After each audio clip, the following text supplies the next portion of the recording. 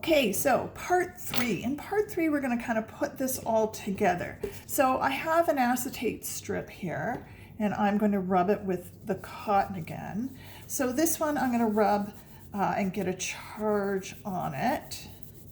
And then what I'm going to do is I'm going to put it on this watch glass, which is just a kind of a glass, I guess, half sphere. It's like, you know, it's got a little, so and I've got some plasticine there. That's what the red is. And that's just going to keep that from moving around too much. It'll basically stick and it'll become one object. So I've got that, and you'll notice it has the ability to spin. So it's just going to sit there.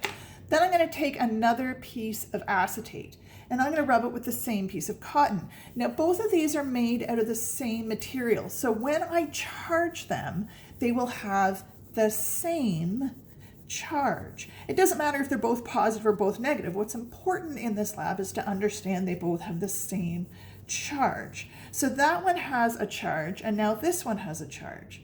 So when I bring the one close to the other, you will notice what happens, right? I get movement.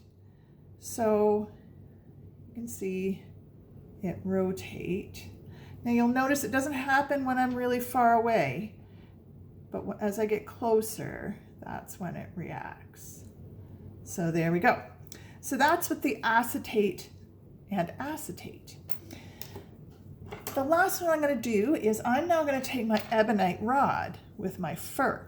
Now, again, it doesn't matter if it's positive or negative, but you should know that this will give the opposite charge as the acetate. So the acetate has a charge, and this is going to have the opposite charge to that acetate. So I should have a different reaction. You can see what's happening. And again, if I'm far away, it's not much of a reaction. It's only when I get pretty close to it that I get that reaction. So you should be able to finish your observations table and then answer the questions.